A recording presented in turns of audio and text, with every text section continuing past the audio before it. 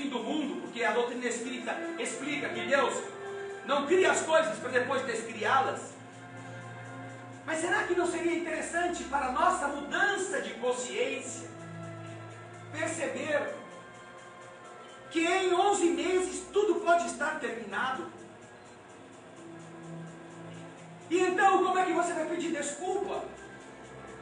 Como é que você vai devolver o que tomou dos outros?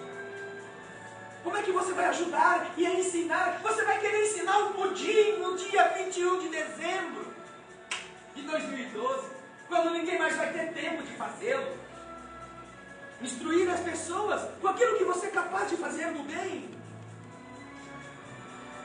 Quando já não houver mais nenhum tempo de você mudar nada na face da terra. Esta será uma etapa bastante rica para todos nós.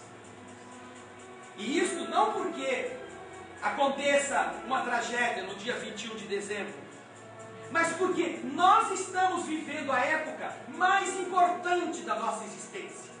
Cada um de nós, que fomos estrangeiros e expulsos de um mundo melhor, agora estamos podendo de verdade passar pela prova, pelo teste,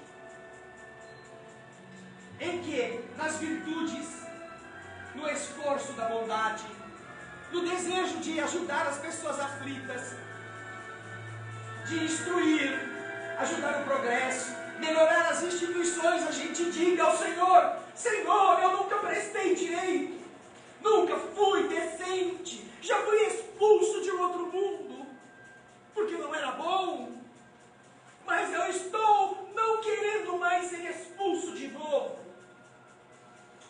Eu estou na terra agora, desejando que minha vida valha para ajudar o mundo a ser diferente. E quem sabe, Senhor, eu que já deixei os anos correrem e me esqueci de me empenhar, quem sabe agora tenho a bênção de em 11 meses não passar um dia só sem eu pensar em fazer o bem para os outros, sem eu tentar sufocar o meu orgulho, a minha raiva, um dia só sem falar bom dia para o meu vizinho, mesmo que ele continue sendo chato como ele sempre foi. Um dia só sem falar coisas boas para as pessoas, mesmo que elas não queiram ouvir. Não quero, Senhor, passar um dia, e não estou mais fazendo isso porque pode ser que no dia 21 de dezembro de 2012 tudo acabe. Não, porque eu aprendi, Senhor, que eu não vim aqui para sofrer. O teu amor que me expulsou, que me tirou para defender os bons de um outro mundo, me deu uma tarefa. Não me mandou para a cadeia para eu ser chicoteado, para que a dor física revidasse o mal que eu já plantei. Não, me mandou em tarefa do bem. Por isso, queridas irmãs, não existirá na vida que nós vivemos até hoje uma encarnação que tenha sido tão preciosa como esta que você está vivendo na terra de agora. Nenhuma outra foi e é tão decisiva, porque daquilo que a gente fizer nesta vida vai definir-se para onde nós vamos depois dela. Esta é a chamada reencarnação-chave, em que nossos espíritos podem mudar o curso da sua jornada daqui para frente. E então já não trabalhamos mais, nem para pagar dívidas. Não, eu sou muito endividado, eu trouxe muita coisa errada do passado, e agora eu tenho que pagar, porque Deus sabe, Deus é um contador muito rigoroso. Não, nossa dívida é impagável. Entendamos que o mal que nós já fizemos, os erros que nós já cometemos, são tão gigantescos, que se nós tivéssemos que pagar por cada um deles, nós não teríamos tempo suficiente para fazer. Porque cada vez que a gente precisa, Deus tem que emprestar dinheiro para nós.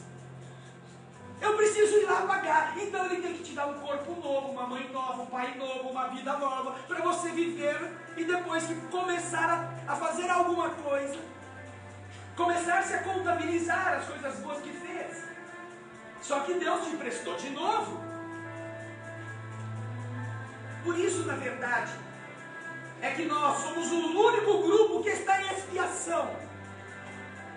Porque nós já sabemos o que é o bom e o que é o mal. Ninguém que está neste salão sabe, ou pode dizer que não sabe o que está fazendo. Ninguém. Nós todos sabemos quando mentimos. Ainda que a gente diga, não, é uma mentirinha santa. Mas nós sabemos quando nós estamos dizendo a verdade. Todos nós sabemos quando queremos chegar no objetivo e disfarçamos o caminho para ninguém perceber. Todos nós sabemos quando queremos tomar dos outros mais do que é justo pelo nosso trabalho. E isso na terra foi construído pelo sistema que nós mesmos fizemos como uma exaltação à capacidade de cada um. Quanto mais rico é o indivíduo, mais ele é invejado, mais todo mundo quer ser como ele. Não importa que seja um bandido, não importa que tenha conseguido aquelas coisas dando golpe nas pessoas. Por isso Jesus fala no Evangelho que todo aquele que quiser ganhar a sua vida, esse vai perdê-la. Porque querer ganhar a sua vida é, segundo os conceitos do mundo, é você ficar cada vez mais endinheirado, ser cada vez mais famoso. E isso tudo, depois que você conquista, é um peso muito grande para que você possa mantê-lo. Você precisará desenvolver egoísmo para suportar o orgulho de você não ser visto depois como um derrotado. Porque não conheço nenhuma pessoa que, tendo chegado à condição abastada, não tenha feito tudo o que podia para mantê-la, inclusive o que não era adequado. Por isso Jesus fala exatamente isso. Todo aquele que quiser ganhar a sua vida, vai passar esta vida fazendo tanta bobagem, que quando chegar do outro lado vai ter arrependimentos terríveis por ter feito aquilo. Não devia ter feito deste jeito. Mas, diz Jesus, todo aquele que por amor a mim perder a sua vida, esse a terá ganho. Todo aquele que por aquilo que Jesus ensinou, por aquilo que Jesus deixou de exemplo, tornar-se uma pessoa que não é vista pela sociedade como uma pessoa assim, admirável, invejável. Quando as pessoas disserem, poxa vida, mas você não troca de carro, seu carro está velho. Mas você não trocou o carro não só porque você não tem dinheiro, porque você não tem recurso, mas porque você usou os seus recursos para fazer a esperança de outras pessoas. Você trabalhou para cumprir a sua missão, você ajudou o progresso de um, você financiou a instrução de outro. E então, para o mundo, você é um derrotado. Você é uma pessoa, poxa vida, ele nunca troca essa roupa dele, está sempre desse jeito, não compra roupa nova, não compra. Não que você não deva comprar, não que não deva melhorar a sua capacidade para poder fazer mais. Isso a doutrina espírita sempre exprimiu como uma forma de progredir a inteligência, mas não ficar nessa dependência. Por isso que quando Jesus fala, aquele que, na visão do mundo, foi considerado um derrotado, mas tenha feito isto, não porque foi um preguiçoso, um omisso, um indivíduo sem vontade, mas porque ele não se preocupou tanto em ostentar, quanto ele se preocupou em ajudar as pessoas, este terá ganho na sua vida. Porque ele nunca vai ter sentido a satisfação Antes, como ele terá sentido ao deixar aquele corpo, por ter conseguido vencer determinadas amarrações, determinados defeitos. Quando você vai na revista espírita, você encontra Kardec falando com um espírito que veio de Júpiter.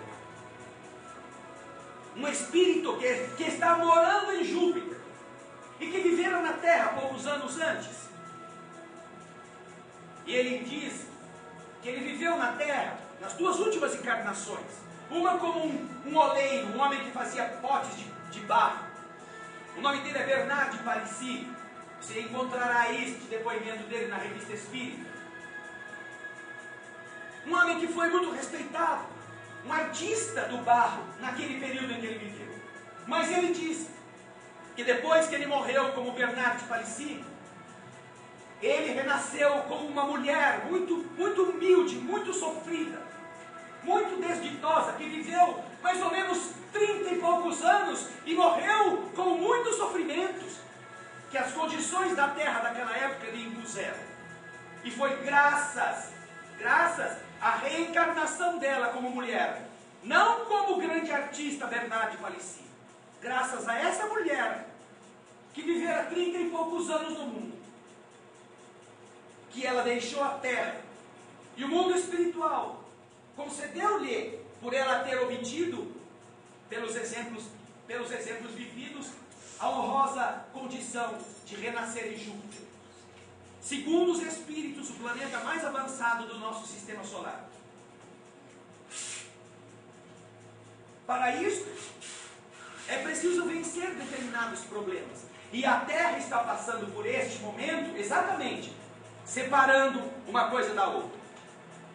O Evangelho de São Mateus, no capítulo 25, fala, antes do juízo final, que é o versículo 31 e seguintes, antes, aquele versículo que você encontra no Evangelho Espírita também, e que fala que o Senhor veio para fazer a separação do joio e do trigo, que se estabeleceu diante das nações, e que colocou à direita aqueles que tinham feito, que tinham lhe dado de comer quando ele tinha fome, quando ele teve fome, que tinham lhe dado de beber quando teve sede, que esteve doente e ele foi visitado. Esta parte do Evangelho, quando é o juízo final, que Jesus conta, que já é a hora do julgamento, quem está à direita, quem está à esquerda.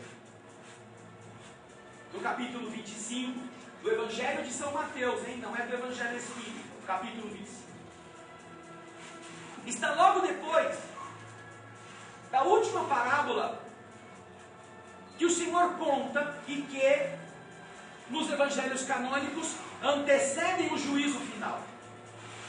A parábola que é aquela que o Senhor vai embora e dá 5 moedas para um servidor, 2 moedas para outro servidor e 1 moeda para o terceiro.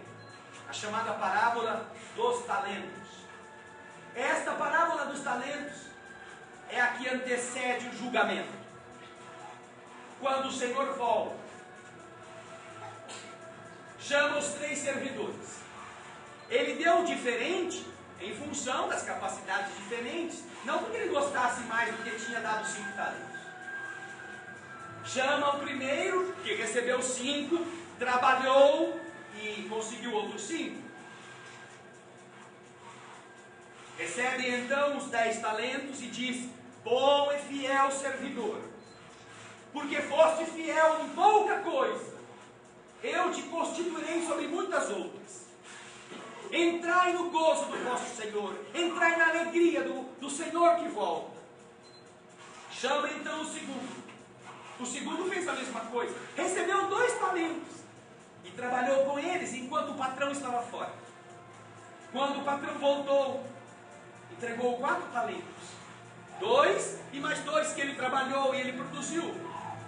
E o Senhor diz a este a mesma coisa que disse ao outro: bom e fiel servidor, porque foste fiel em pouca coisa, eu te constituirei sobre muitas outras. Entrai no gozo do vosso Senhor. Aí veio o cara que tinha recebido só 1 moeda. que quando o patrão foi embora, ficou com medo e enterrou o dinheiro. Vocês sabem da história.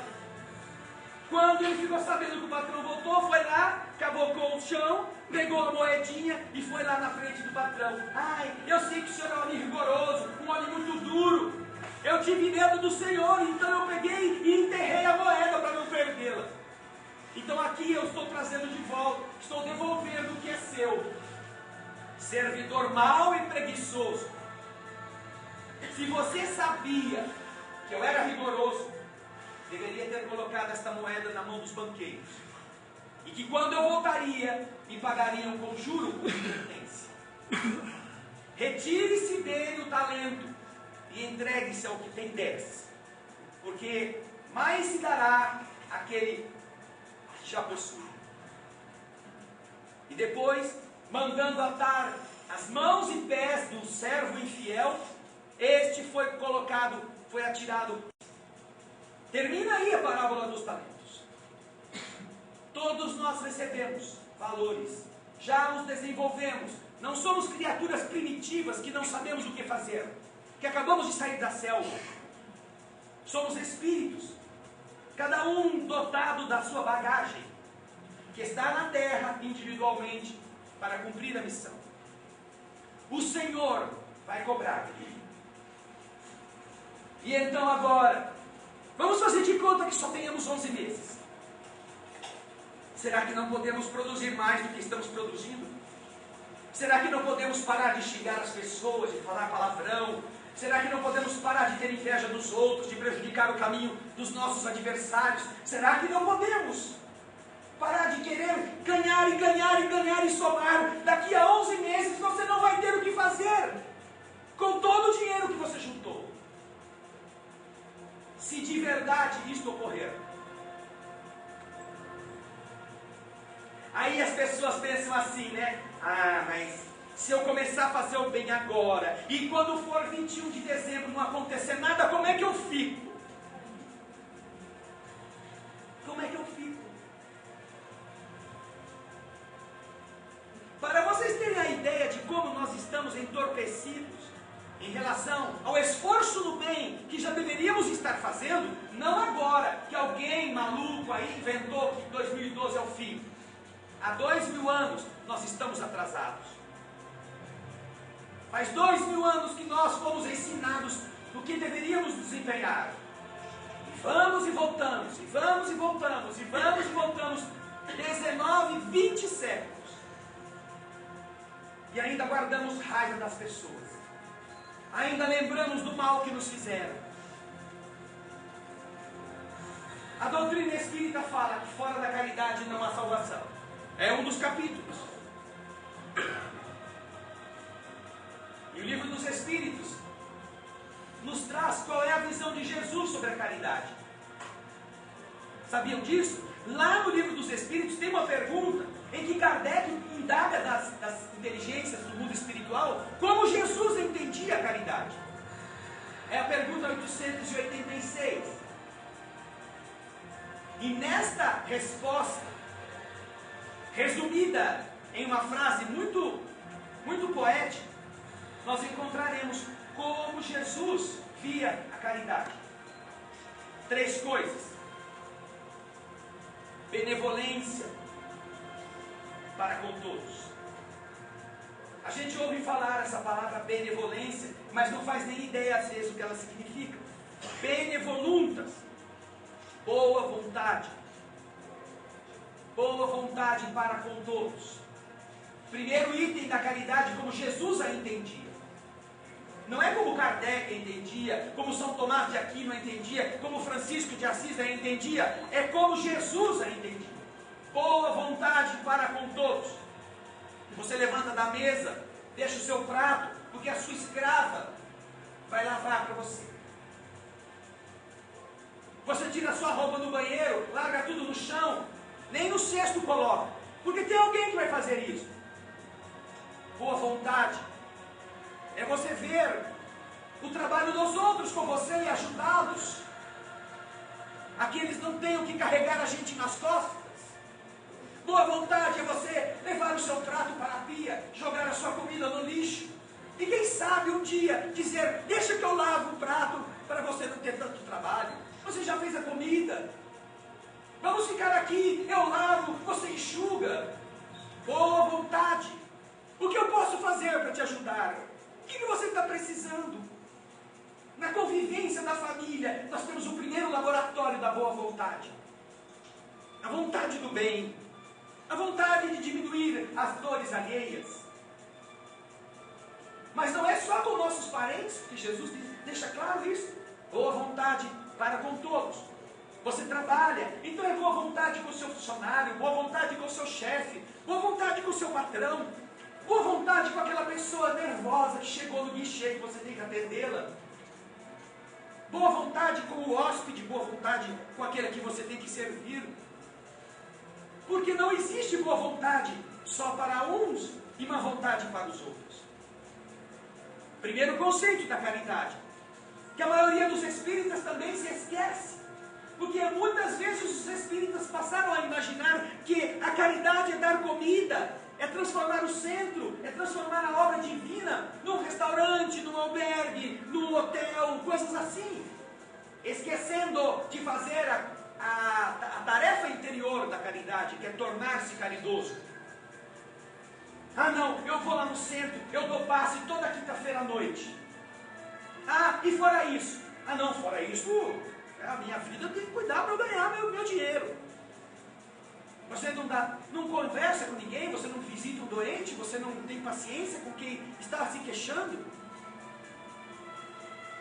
Não que a caridade de dar comida, de dar roupa, de fazer as coisas não seja importante, mas esta caridade não é o fim em si mesma. Essa caridade é um meio para que quem a está praticando se torne bom.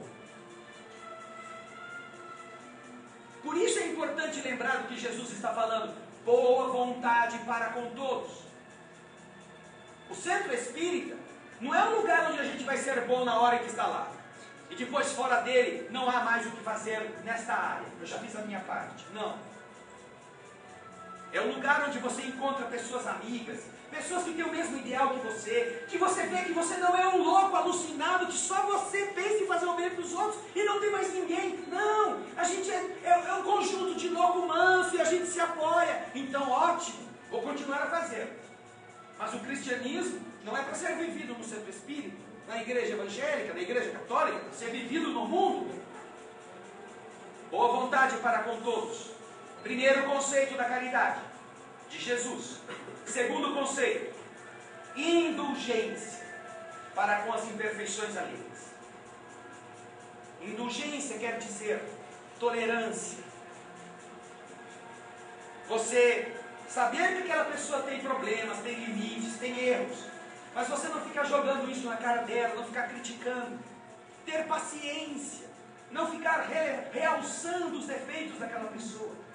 Indulgência para com as imperfeições alheias. É o segundo conceito da caridade segundo Jesus.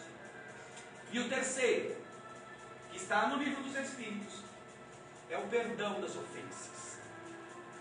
Em nenhum dos três nós vamos encontrar dê isto, dar aquilo, tirar do bolso. Às vezes a boa vontade significa dar coisas.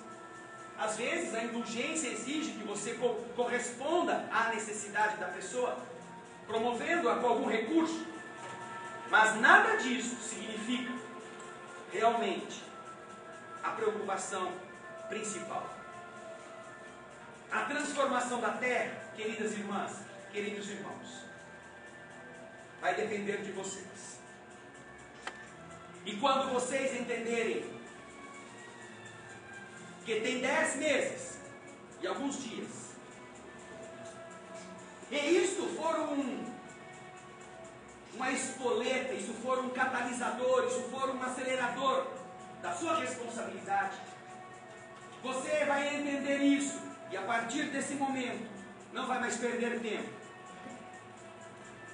Você então não vai adiar, pedir desculpa, corrigir o mal, ajudar o aflito. Não, eu vou esperar o ano que vem. Talvez a gente não chegue até lá. Mas pode ser que a gente não acabe, que o mundo não acabe, entre aspas, não é no dia 21 de dezembro. Pode ser que ele vá para 2013, 2015, 2020, 2200. Porque quem entende a lei espiritual já não tem mais data para ser bom. Quem entende a lei da sobrevivência sabe de uma coisa: você pode não chegar na sua casa hoje. Não é chegar a 21 de dezembro de 2012. Nós podemos desencarnar assim que sairmos daqui. Tem que ser bom toda hora. Daí, cada um precisar se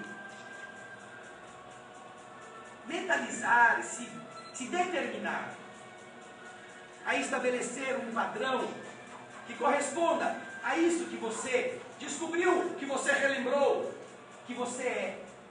Você é um espírito estrangeiro. Você já sabe o que é bom. Você não veio ao mundo para ser punido no planeta pior.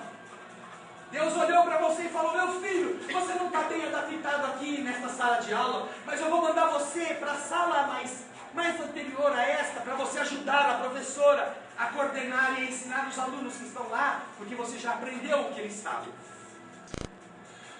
E a sua presença na Terra se transforma numa ação no bem. Quando você preparou esta reencarnação, você sabia disso. Muitos estão vivendo sem uma noção do que está acontecendo. Mas quando você descobre que as coisas estão acontecendo e você não sabe, nós fizemos em Campinas e está disponível gratuitamente no nosso site do Mensagem Fraternal, e também está sendo apresentado na programação da TV Alvorada Espírita. Aqui você copia um seminário de 3 horas com imagens mostrando os documentos científicos, as pesquisas e algumas comprovações das mudanças que estão ocorrendo no mundo e no espaço, que envolvem inclusive a alteração do clima na Terra. Mas a maioria das pessoas não sabe. 2.500 pessoas assistiram ao vivo esse seminário. E quando nós perguntávamos quem nunca tinha visto aquelas imagens, levantasse a mão, 98% das pessoas levantavam a mão porque nunca tinham visto. Mensagens dos espíritos extraterrestres, dos seres extraterrestres, em crop circles, em esculturas nas plantações. Mensagens decodificadas por cientistas, dizendo exatamente